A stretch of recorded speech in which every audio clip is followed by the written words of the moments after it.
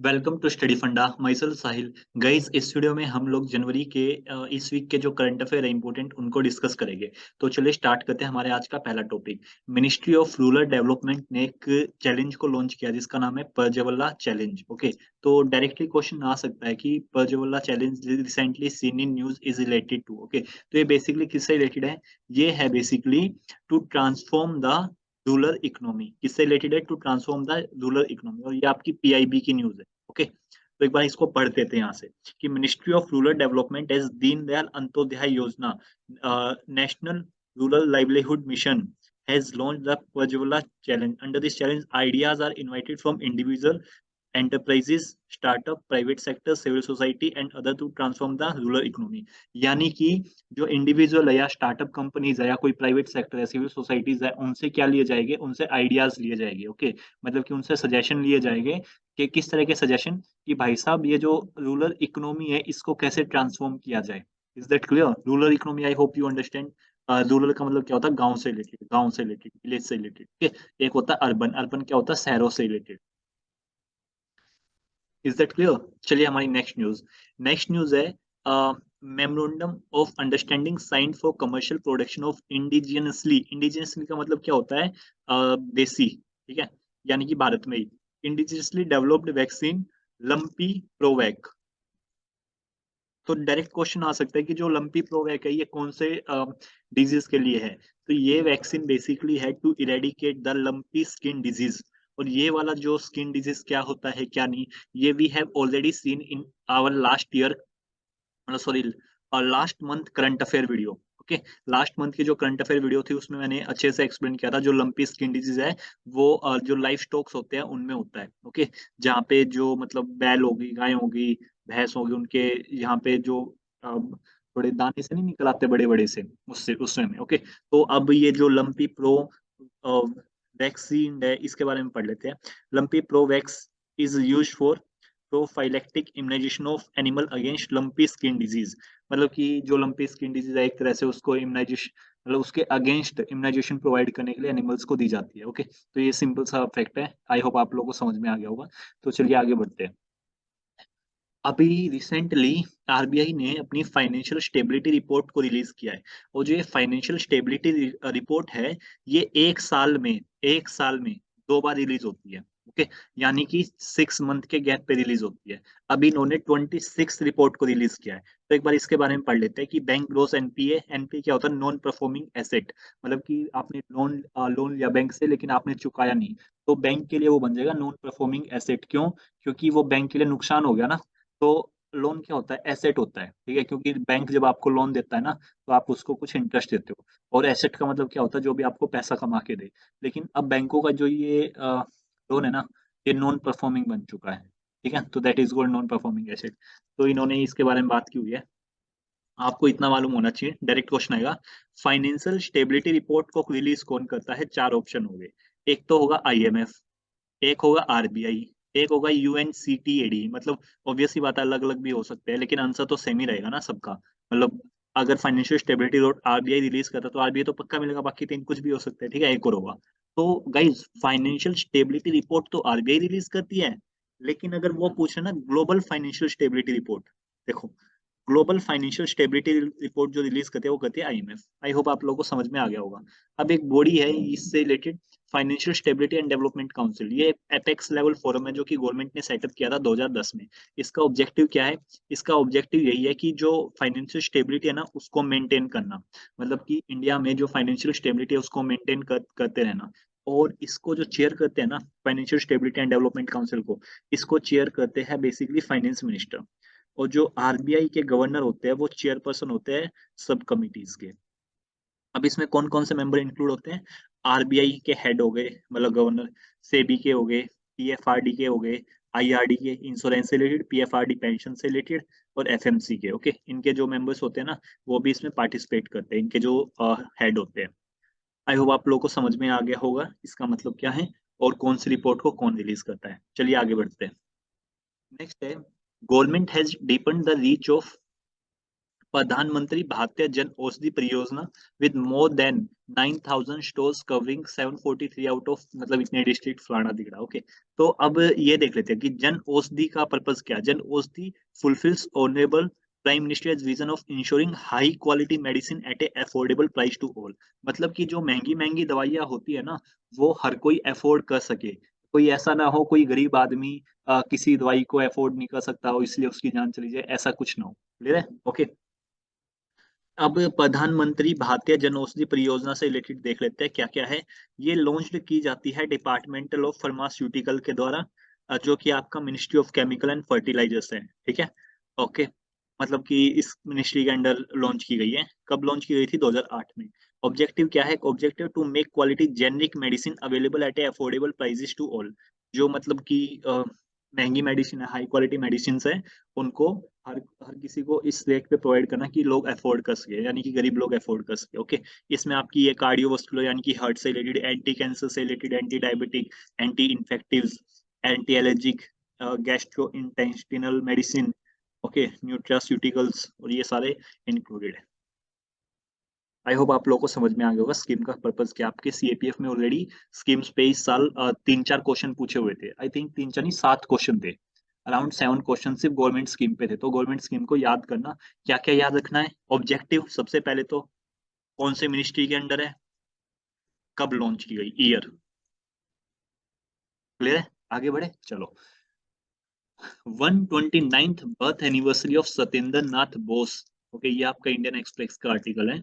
इनकी 129th birth anniversary को मनाया गया।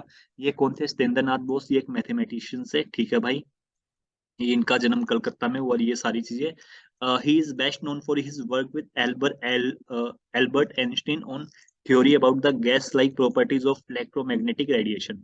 तो सिर्फ आप लोग इलेक्ट्रोमैग्नेटिक रेडिएशन को याद रखना इससे रिलेटेड। ठीक है, ओके, आगे पढ़ते हैं। It was Bose, Satyendra Nath Bose, who founded quantum statistics in 1924 when he discovered a new method of driving Planck's radiation। Okay guys, ये थोड़ा सा साइंस से रिलेटेड है। हम लोग ना थोड़ी फैक्चुअल इन्फॉर्मेशन देखते हैं जो कि आपके एग्जाम में पूछी जा सकती है। आपके एग्जाम में पूछी जा सकती है। इनमें से एक तो ये रविंद्रनाथ टैगोर जो है dedicated his only book on science विश्व परिचय टू बोस इन 1937। तो ये वाली पूछी जा सकती है बुक किसने लिखी। इससे अलग तो मुझे कुछ लगता नहीं है कि कुछ ज्यादा रिलेवेंट है। बट थोड़ा ऊपर से देख लेना, in case worst case scenario में कुछ आ भी जाए तो एलिमिनेशन के थ्रू आप कर सको। ठीक है, इनको पद्म विभूषण भी मिला था 1954 में, और ये सारी चीजें। आगे बढ़े चलो, आगे बढ़ते हैं। Prime minister Modi to address 108th Indian Science Congress today, all you need to know. Okay fine.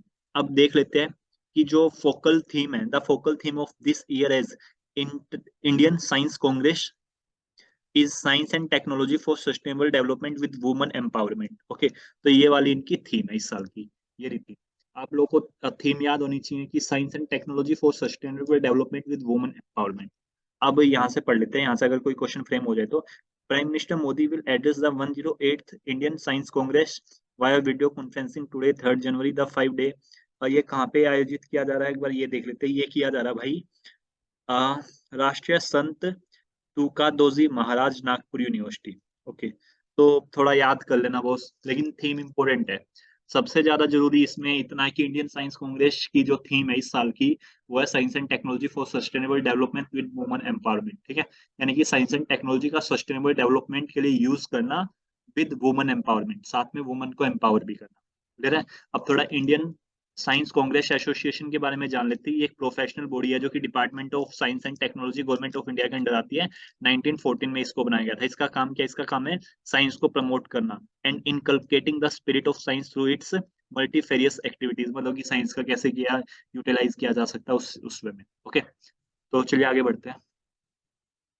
50 centrally protected monument missing. Okay, ये न्यूज थी कि जो सेंट्रली प्रोटेक्टेड मोन्यूमेंट्स होते हैं ना, मतलब कि जिनको सेंट्रल प्रोटेक्ट करती है, जैसे मोन्यूमेंट आई होप आप समझते होंगे, जो हिस्टोरिकल मोन्यूमेंट्स होते हैं जैसे हुमायूं टॉम्ब हो गया और ये बड़ी बड़ी चीज होगी, कुतुब मीनार हो गया, ये एक ऐसे हिस्टोरिकल मोन्यूमेंट होते हैं। तो इसमें कह रहा है कि 50 जो सेंट्रली प्रोटेक्टेड मोन्यूमेंट्स है ना, वो मिसिंग है। ठीक है, लोग मिसिंग क्यों है? क्योंकि मतलब कि लोग इतना ध्यान नहीं दे रहे उन चीजों पे, काइंड ऑफ दैट थिंग। अब इसको थोड़ा सा पढ़ देते हैं कि the missing monument include 11 that were in Uttar Pradesh, Delhi, Haryana, बाकी इन उसमें हो गए। They are untraceable over the year, मतलब कि due to rapid urbanisation, being submerged by the reservoirs, dams, non availability of their proper location. मतलब कि कुछ ऐसी ऐसी चीजें भी आप लोगों ने देखी होगी। जैसे ना हम जब मैं डीयू में था ना, मतलब जब मैं कॉलेज में था इन शॉर्ट, तब हम ना एक जगह पे गए थे, आई थिंक पता नहीं उसका नाम क्या था, मेरे को नाम नहीं ध्यान आ रहा। मालचा महल, एग्जैक्टली। और यहाँ पे जाना ना आई थिंक अलाउड भी नहीं है। जब हम गए थे ना तो उस टाइम पे भी अलाउड नहीं था। तो आई डोंट थिंक सो ये बात, मतलब ये ऐसा कोई महल भी है, मालूम भी होगा किसी को, ठीक है। और इसको कुछ ना विलायती महल भी बोलते हैं। और इसके साइड में ना इसरो का अर्थ स्टेशन भी था। ओके। तो मतलब कि कुछ ऐसी चीजें होती है जो कि non availability of the popular question हमें मालूम भी नहीं होता उनकी, हमें ये मालूम होता है ऐसी कोई चीज है लेकिन उनकी लोकेशन नहीं मिलती, या फिर हमें इतना ध्यान नहीं रहता, तो उसकी वजह से वो थोड़े से इतने अटेंशन में नहीं आ पाते। ओके। तो यहाँ पे पढ़ लेते हैं कि सेंट्रल प्रोटेक्टेड मोन्यूमेंट वो है जो कि ancient monument and archaeological sites and remains act के अंडर प्रोटेक्टेड, ऑब्वियस सी बात है। इसमें बोला गया कि अगर कोई ऐसा कंस्ट्रक्शन, मतलब कोई ऐसा मोन्यूमेंट है ना, उसके आसपास 100 से लेकर 200 मीटर की रेंज में जो एक्टिविटीज है उनको प्रोहिबिटेड किया जा सकता है। क्लियर है? ओके। तो या रेगुलेट किया जा सकता है। तो जैसे नेशनल पार्क के आसपास की वो होती है ना, वहाँ पे कोई काम अलाउड नहीं होता, उनको रेगुलेट किया जाएगा कौन सा काम करेंगे कौन सा नहीं। तो उसी वे में ऐसे भी मोन्यूमेंट के आसपास भी है। Next, archaeological survey of India, ministry of culture के अंदर आता है। आप मिनिस्ट्री याद कर लेना प्लीज। और ये रेगुलेट करता है सारी आर्कियोलॉजिकल एक्टिविटीज को। बस इतना ही याद कर लेना, मिनिस्ट्री और इसका पर्पज, दैट्स ऑल। आगे बढ़ते हैं। Sustainable shrimp cultivation provides hope for mangrove restoration in Sundarban. Simple सा क्वेश्चन, आप लोग सिर्फ इतना याद करना बॉस, कि SAIME, SAIME, sustainable aquaculture in mangrove ecosystem किससे रिलेटेड है, वो डायरेक्ट दे देंगे। SAIM recently seen in news is related to, नीचे आ जाएगा मैंग्रोव रिस्टोरेशन से related, sustainable use of mangrove ऐसा करके, वेटलैंड से रिलेटेड दे देंगे, बायोडाइवर्सिटी से रिलेटेड, नेशनल पार्क से रिलेटेड। तो याद करना ये मैंग्रोव से रिलेटेड है। बस इससे ज्यादा कोई क्वेश्चन बनने के चांसेस नहीं है इसमें। ओके। बाकी ये जो फैक्चुअल इन्फॉर्मेशन थोड़ी बहुत पढ़ सकते हो, बस इतना याद करना। यहाँ से देखो, SAIME initiative has shrimp cultivator tending to mangrove around their farm as well. Okay. in an effort to restore the unique ecosystem of Sundarban mangroves और ये सब। चलो आगे बढ़ते हैं। Second phase of sari festival Virasat, celebrating 75 hand woven saris of Indian begin today. Okay, ये है मतलब कोई फेस्टिवल होगा विरासत के नाम से। क्वेश्चन डायरेक्ट आ सकता है कि विरासत किससे रिलेटेड है, तो आप लोग मालूम होगा कि कोई साड़ी फेस्टिवल है। ओके, मतलब जहाँ पे ना जो हाथ से बनाई हुई 75 साड़ीज है ना, उनसे रिलेटेड है। अब ना यहाँ पे दे रखी है, ये पीआईबी में ही दे रखा है, तो थोड़ा सा देख लेना। एक तो जामदानी, पोलावरम, ठीक है, ये आपकी आंध्र प्रदेश से रिलेटेड है। केरला में कौन कौन सी है? आ, केरला केरला छोड़ो, तेलंगाना में देखो पोचमपल्ली, ये इंपॉर्टेंट होगी आपकी। इसमें से इंपॉर्टेंट इंपॉर्टेंट बता देता हूँ। तमिलनाडु, तमिलनाडु में आप लोग मतलब थोड़ा ना प्लेसेस के नाम से भी आइडिया लगा लेना। अगर कोइम्बटूर है तो इतना तो मालूम होगा ना, कोइम्बटूर यहाँ पे है तमिलनाडु में, उस वे में। मैं ये देख लेता हूँ इंपॉर्टेंट इंपॉर्टेंट कौन से, अगर मुझे कोई दिखेगी तो। गुजरात में, हाँ ये बढ़िया, पटोला साड़ी, पटोला से मतलब ऐसा मत समझ लेना पंजाब से रिलेटेड है। ओके।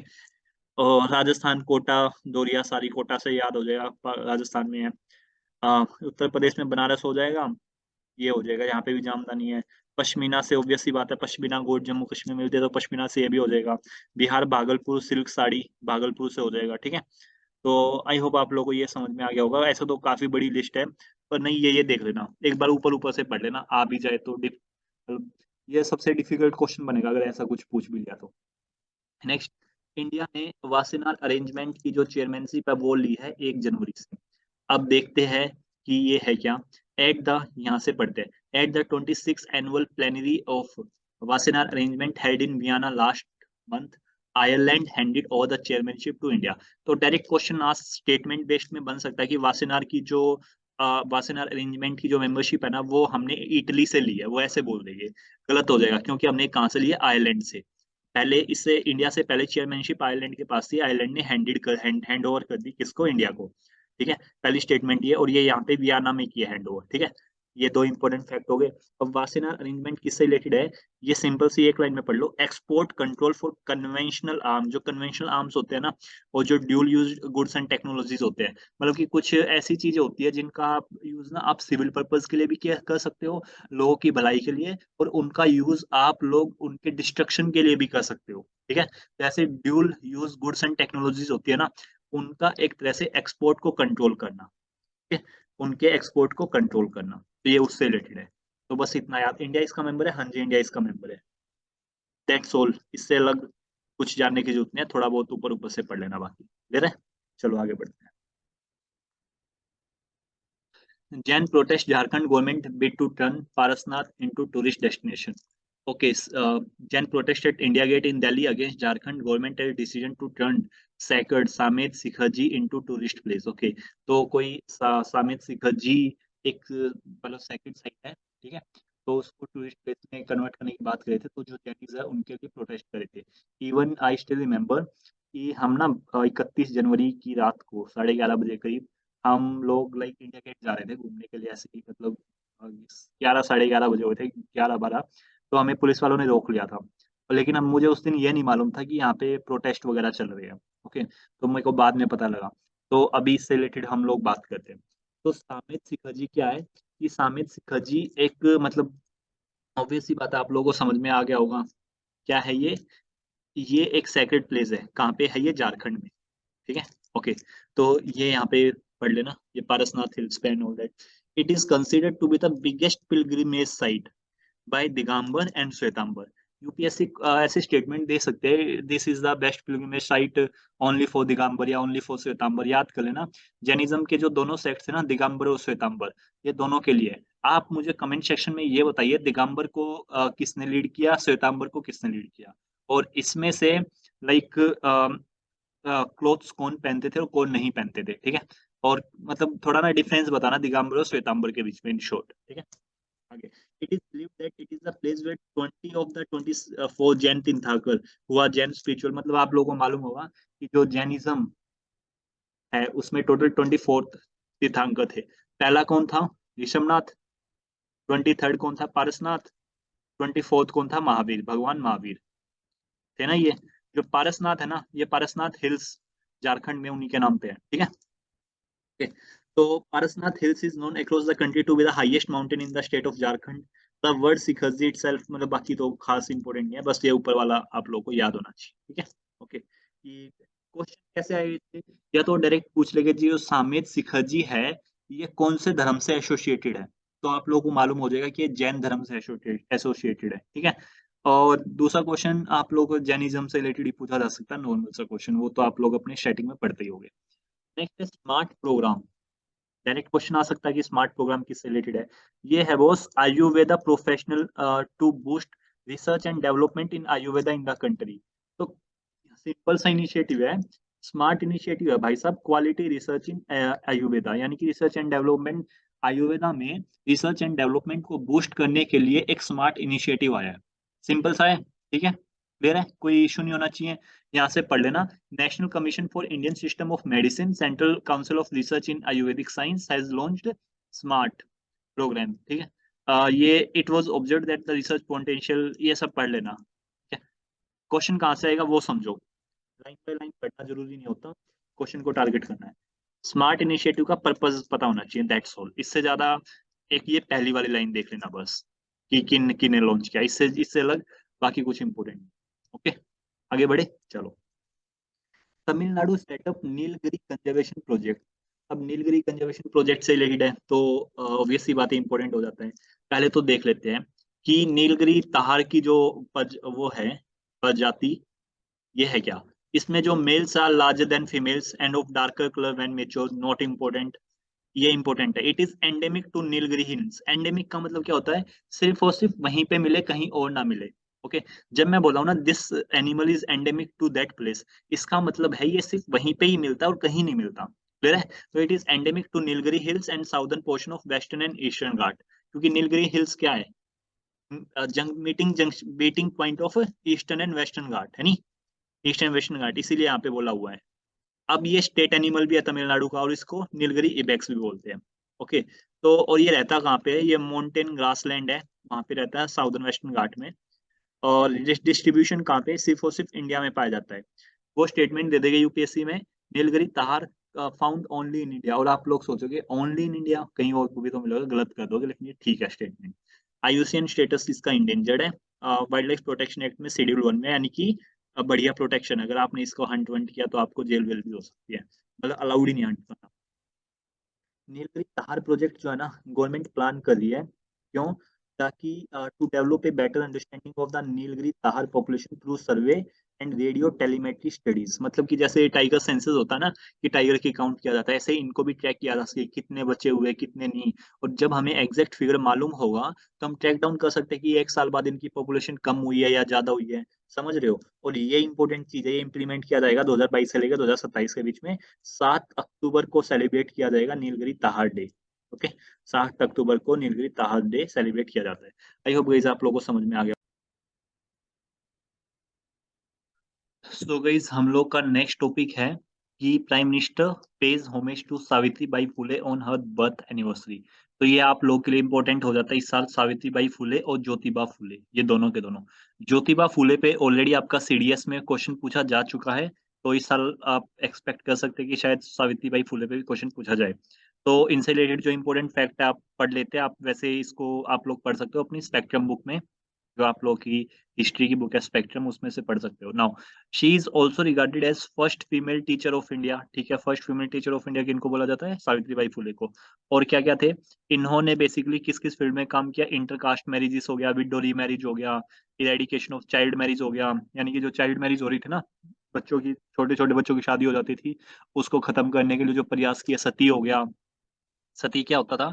अगर किसी मतलब वुमन का हस्बैंड मर गया तो उनको उसी के साथ एक तरह से अपनी भी जान देनी पड़ती थी, kind of that thing. Okay, dowry system हो गया। ये जितने भी सोशल इश्यूज है इन सब के खिलाफ इन्होंने आवाज उठाई। ठीक है, ओके, ताकि इनको इम्प्रूव किया जा सके। नेक्स्ट क्या है कि सावित्री बाई फुले टू कौन वर्क ऑफ सत्य शोधक समाज। ये काफी बार क्वेश्चन आता है कि सत्य शोधक समाज जो है इसके फाउंडर कौन थे? Okay, after the demise of Jyotirao Phule, Jyotirao Phule generally इसके फाउंडर थे। She opened Mahila Seva Mandal in 1852 to raise awareness about the women's right. ठीक है, अब इनसे रिलेटेड कुछ पब्लिकेशन है वो देख लेते हैं।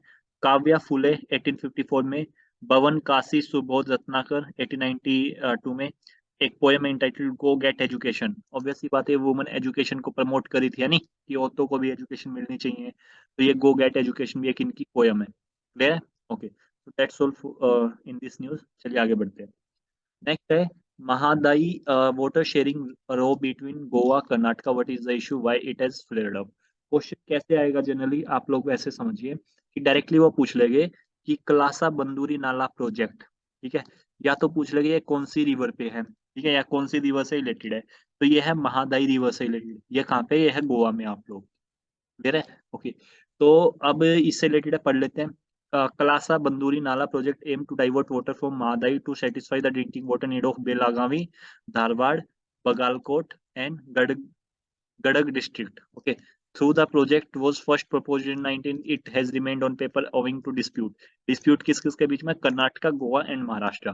ये महादाई का पानी का मतलब कौन यूज करेगा, समथिंग लाइक दैट, उस वे में। ओके, वाटर डिस्प्यूट है। तो क्वेश्चन बन सकता है, ऑब्वियस सी बात है। और क्वेश्चन कैसे बन सकता है कि कलासा बंदूरी नाला प्रोजेक्ट जो है ये कौन कौन सी स्टेट्स के बीच में डिस्प्यूटेड एरिया है। ओके, तो उस वे में भी क्वेश्चन बन सकता है। So that's all. आगे बढ़ते हैं। India take over the leadership of Asian Pacific postal union.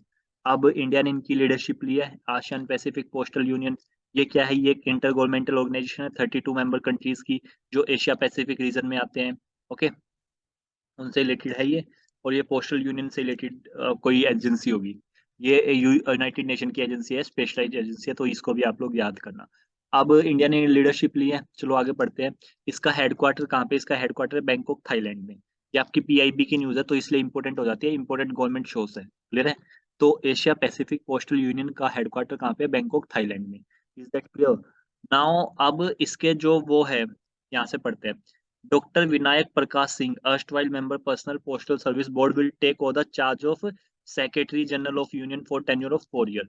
यानी कि जो एशिया पैसिफिक पोस्टल यूनियन के जो सेक्रेटरी जनरल है वो कौन बनेंगे? वो बनेंगे डॉक्टर विनय प्रकाश सिंह। कितने सालों के लिए? 4 सालों के लिए। क्लियर है? ओके, चलो आगे बढ़ते हैं। United nation security council welcome new member including 2 first timer. Basically क्या होता है यूनाइटेड नेशन सिक्योरिटी काउंसिल में? 5 तो है परमानेंट, 5 मेंबर। परमानेंट 5 कौन कौन से, कोई बताएगा? यूएसए, फ्रांस, चाइना, रशिया और एक और है। और आप लोग को कमेंट सेक्शन में बताना बाकी फिफ्थ मेंबर कौन सा है। ओके, कमेंट करके बताना। और 10 होते हैं नॉन परमानेंट मेंबर। जो ये नॉन परमानेंट मेंबर होते हैं ये 2 साल के लिए इलेक्ट होते हैं। अभी उसमें से 5 इलेक्ट हुए, कौन कौन से? इक्वाडोर, जापान, माल्टा, मोजाम्बिक और स्विट्जरलैंड। ठीक है, ये किन को रिप्लेस करेंगे? India, Ireland, Kenya, Mexico, Norway. Okay, please ये कंट्री याद करनी है आप लोगों को, इक्वाडोर, जापान, माल्टा, मोजाम्बिक और स्विट्जरलैंड। क्लियर है? ओके, तो ये हम पढ़ ही सकते हैं कि यूनाइटेड नेशन चार्टर में टोटल 6 मेन ऑर्गेनाइजेशन है, जिसमें से एक सिक्योरिटी काउंसिल भी है। इसकी प्राइमरी रिस्पॉन्सिबिलिटी क्या है यूनाइटेड नेशन सिक्योरिटी काउंसिल की? कि इंटरनेशनल पीस को मेंटेन करके रखना। ठीक है, ओके। और इसका जो फर्स्ट सेशन हुआ था यूनाइटेड नेशन सिक्योरिटी काउंसिल का, वो हुआ था 17 जनवरी 1946 में, चर्च हाउस में, वेस्टमिनिस्टर, लंदन में। क्लियर है? ओके, अब ये सब चीजें हम लोग पढ़ ही चुके हैं। 5 परमानेंट मेंबर है, यहीं पे लिखा हुआ है, खैर छोड़ो। चाइना, फ्रांस, रशिया, यूके और यूनाइटेड नेशन, यूनाइटेड स्टेट। ठीक है, ये सब बाकी 4 तो मैंने बता दिए थे। फिफ्थ कौन सा? United kingdom. वैसे कमेंट में करना था पर यहीं पे लिखा हुआ, कोई दिक्कत नहीं है। 10 नॉन परमानेंट मेंबर होते हैं, 2-2 साल के लिए इलेक्ट होते हैं जनरल असेंबली के द्वारा। ठीक है, ओके, चलो आगे बढ़े। नेक्स्ट टॉपिक है हम लोगों का first all India annual state minister conference on water to deliberate water vision at 247। Okay, तो ये कोई पहली एनुअल स्टेट मिनिस्टर कॉन्फ्रेंस हुई होगी पानी से रिलेटेड। ठीक है, अब इसके बारे में पढ़ लेते हैं। To take forward action plan, यहाँ से पढ़ो जो अंडरलाइंड है। मिनिस्ट्री ऑफ जल शक्ति इज ऑर्गेनाइजिंग द, कौन सी मिनिस्ट्री ऑर्गेनाइज करा रही है? पहला ही क्वेश्चन बन सकता है, ये बना कर दिया भाई, मिनिस्ट्री ऑफ जल शक्ति क्या ऑर्गेनाइज करा रही है? First all India annual state minister conference on water. ठीक है, किस नाम से? थीम क्या है? थीम है वाटर विजन एक्ट 247। कहाँ पे किया जा रहा है? ये किया जा रहा है भोपाल मध्य प्रदेश में। बस ये 4-5 फैक्ट याद करने हैं। कहाँ पे की जा रही है? भोपाल मध्य प्रदेश में। कौन सी मिनिस्ट्री करवा रही है? मिनिस्ट्री ऑफ जल शक्ति करवा रही है। क्या है ये? First all India annual state minister conference on water. Theme क्या है? वाटर विजन है 247। क्लियर है? Okay, that's all. इतना इतना ही क्वेश्चन, आगे बढ़ते हैं। Utopia release atlas to map livestock disease caused by ये टीसी फ्लाई, जो भी है, अजीब सा नाम है, may be I am pronouncing it wrong way. ठीक है, जो भी नाम है। ओके, तो क्वेश्चन डायरेक्टली कैसे बन सकता है? डायरेक्टली ये बन सकता है कि ऐसी कौन सी कंट्री है जिन्होंने पहला एडिशन निकाला है कि मतलब पैरासिटिक डिजीज को मैपिंग करने के लिए, कि उनकी लाइफ स्टॉक को वो कैसे क्या इम्पैक्ट करा, कैसे नहीं, तो वो इथोपिया। एक सिंपल सा क्वेश्चन यही बनेगा। ठीक है, बाकी जो ये अंडरलाइन पार्ट है ना, ये पढ़ लेते हैं। It is AAT। AAT क्या है? African animal trypanosomosis. कोई मतलब काइंड ऑफ ए कोई डिजीज होगा। ठीक है, ये कैसे होता है? ये होता है पैरासाइटिक प्रोटोजोआ की वजह से होता है। और ये मतलब जैसे मच्छर के काटने से भी हो जाता है, मतलब कि जो फ्लाइज होती है ना, वो एक जगह से दूसरी जगह पे काट ले, वो हो जाता है। ठीक है, अफ्रीकन ब्लड सकिंग फ्लाई। तो ये सब नॉट इम्पोर्टेंट, सिर्फ इतना याद करना, इथोपिया ने ऐसा कुछ रिलीज किया, दैट्स ऑल। इससे ज्यादा कोई कुछ भी इंपॉर्टेंट नहीं है इसमें। क्लियर है? चलो आगे बढ़ते हैं। Chief Justice of India announces launch of electronic Supreme Court report project to provide access to judgment. Okay, तो ये कोई ESCR प्रोजेक्ट है। डायरेक्टली क्वेश्चन आ सकता है कि ये ESCR प्रोजेक्ट किससे रिलेटेड है? तो ये जुडिशरी से रिलेटेड है। प्रोवाइड एक्सेस टू जजमेंट, यहाँ पे पढ़ लेते हैं। This is a free service available for lawyer. जितने भी वकील है अक्रॉस द कंट्री, उनके लिए फ्री सर्विस है। Young juniors do not have to pay. There is an elastic search facility. We are improving upon the search engine by incorporating the follow distinguish incorporating judgment. मतलब basically क्या है ना, ये जो lawyers वगैरह नहीं होते, लॉयर्स वगैरह को अगर कोई जजमेंट देखनी है, कि मतलब कोई पर्टिकुलर जजमेंट देखनी है किसी केस से रिलेटेड, तो वो लोग एक ये ESCR जो ये है ना प्रोजेक्ट है, यहाँ पे जाए, कोई होगी कोई पोर्टल टाइप सा होगा, यहाँ पे जाके सर्च कर सकते हैं सर्च इंजन में। ठीक है, उनसे रिलेटेड केसेस आ जाएंगे, तो ये लॉयर के लिए इजी हो जाएगा, उनकी लाइक स्टडीज में भी हेल्प होगी, और भी केसेस से रिलेटेड भी हेल्प होगी। क्लियर है? ओके, चलो आगे बढ़ते हैं। What is virovore? An organism that eat virus discovered. बस सिंपल है क्या? कि वीरोवोर क्या है? वीरोवोर वही है कि जो वायरसेस को खाते हैं। ठीक है, पढ़ लेते हैं यहाँ पे। A virovore is an organism which obtain energy and nutrient from the consumption of virus. मतलब कि एक ऐसा ऑर्गेनिज्म है जो वायरस को ही खाता है, और उसी से इसको एनर्जी मिलती है, उसी को इसको न्यूट्रिएंट मिलता है। तो डायरेक्टली क्वेश्चन इतना ही बनेगा कि वीरोवोर है क्या। समझ में आ गया? चलो आगे बढ़ते हैं। Mamata demand national status for Ganga Sagar Mela. तो सिर्फ इतना ही मालूम होना चाहिए गंगा सागर मेला है कहाँ पे। ये साउथ 24 परगना डिस्ट्रिक्ट में है, वेस्ट बंगाल के। That's all. कैबिनेट ओके, इतने करोड़ की इन्वेस्टमेंट इन हिमाचल प्रदेश है सोनी डैम प्रोजेक्ट। यहाँ से कैसे बनेगा सर क्वेश्चन, वो डायरेक्ट पूछ लेंगे सोनी डैम प्रोजेक्ट कहाँ पे लोकेटेड है, ये आपका लोकेटेड है हिमाचल प्रदेश में, ठीक है। सुनी dam hydro electric project 382 megawatt का है, ठीक है। उसके लिए कुछ इतना पैसा एलोकेट किया होगा, मतलब अप्रूव की होगी कि हाँ इस पे इतना इन्वेस्ट किया जाएगा, क्लियर है। ये हिमाचल प्रदेश में, सिर्फ इतना ही याद रखना, दैट्स ऑल। आगे, Varanasi cantt railway station awarded eat right station with a 5 star rating certificate by FSSAI। Okay, तो ये ईट राइट स्टेशन एक अवार्ड है जो कि FSSAI ने दिया है रेलवे स्टेशन को। क्यों दिया है, क्योंकि जो वाराणसी कैंट है ना, जो रेलवे स्टेशन है, ये जितने भी फूड स्टैंडर्ड होते हैं उनको सबको मीट करा है। जो हाइजीन स्टैंडर्ड होते हैं, जो फूड स्टैंडर्ड होते हैं, सबको मीट करा है, ठीक है। मतलब कि यहाँ पे आपको अच्छा खाना मिलेगा, काइंड ऑफ दैट थिंग। तो यही है कि the 5 star rating indicate full compliance by the station to ensure safe and hygienic food is available to passenger. Okay, तो डायरेक्ट क्वेश्चन आ सकता है कि ईट राइट स्टेशन जो है ये किसका कैंपेन है, FSSAI का। ओके, कौन से स्टेशन को अभी रिसेंटली अवार्ड दिया गया है, वाराणसी कैंट स्टेशन को। ओके, 70वां प्रवासी भारतीय दिवस मनाया गया, ठीक है, मतलब मनाया जाएगा। इसकी थीम क्या है, इसकी, और ये कहाँ पे मनाया जाएगा बॉस, ये मनाया जाएगा आपका मध्य प्रदेश में, ठीक है, इंदौर में। इसकी थीम है diaspora reliable partner for India's progress in Amritkaal. तो ये आप लोग के लिए इंपॉर्टेंट हो जाता है। प्रवासी दिवस क्यों मनाया जाता है, क्योंकि 9 जनवरी को क्या हुआ था, इस दिन महात्मा गांधी, क्या हुआ था, आप लोग ना मेरे को ना कमेंट सेक्शन में बताना कि प्रवासी दिवस को क्या हुआ था, क्या नहीं हुआ था। और ये गांधी जी से रिलेटेड है, मैं आप लोगों को इतना हिंट दे रहा हूँ, ठीक है, ये गांधी जी से रिलेटेड है।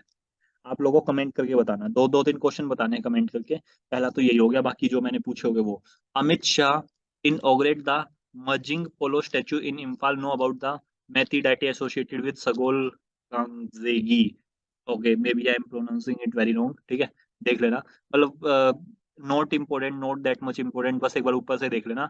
अगर आ जाए तो ये कौन से स्पोर्ट से एसोसिएटेड थे, ठीक है, तो एटलीस्ट यू शुड नो कि ये पोलो से रिलेटेड थे, जो पोलो स्पोर्ट होता है ना उससे एसोसिएटेड थे। तो इम्फाल में कोई इनका स्टैचू बनाया जा रहा है, ठीक है। तो दैट्स ऑल, इसमें बाकी कुछ है नहीं। Now, India is first festival of inclusion purple fest, ये ऑर्गेनाइज किया जा रहा है गोवा में। और ये पर्पल फेस्ट किससे रिलेटेड है, ये है boss issue relating to the empowerment of person with disability, ठीक है। मतलब कि जो डिसेबल पर्सन है ना, ये उनसे रिलेटेड है कोई ये फेस्ट, पर्पल फेस्ट। ओके, यहाँ पे क्या किया जाएगा देख ले, the festival aim to showcase how we can come together to create a welcoming and inclusive world for everyone. Okay, so basically जो दिव्यांग लोग है ना, जो दिव्यांगजन है, वो अपने प्रोडक्ट को यहाँ पे आके सेल, अपना एग्जीबिशन कर सकते हैं, दिखा सकते हैं, काइंड ऑफ कि हमने ऐसा ऐसा कुछ बनाया है, या उनको सेल सेल भी कर सकते हैं, kind of that thing, clear है। मार्केटिंग है एक तरह से, मतलब मार्केटिंग कर सकते हैं। सो दैट्स ऑल गाइस, आप इस डिस्कशन में इतना ही, मिलते हैं हमारी नेक्स्ट वीडियो में। थैंक यू, जय हिंद।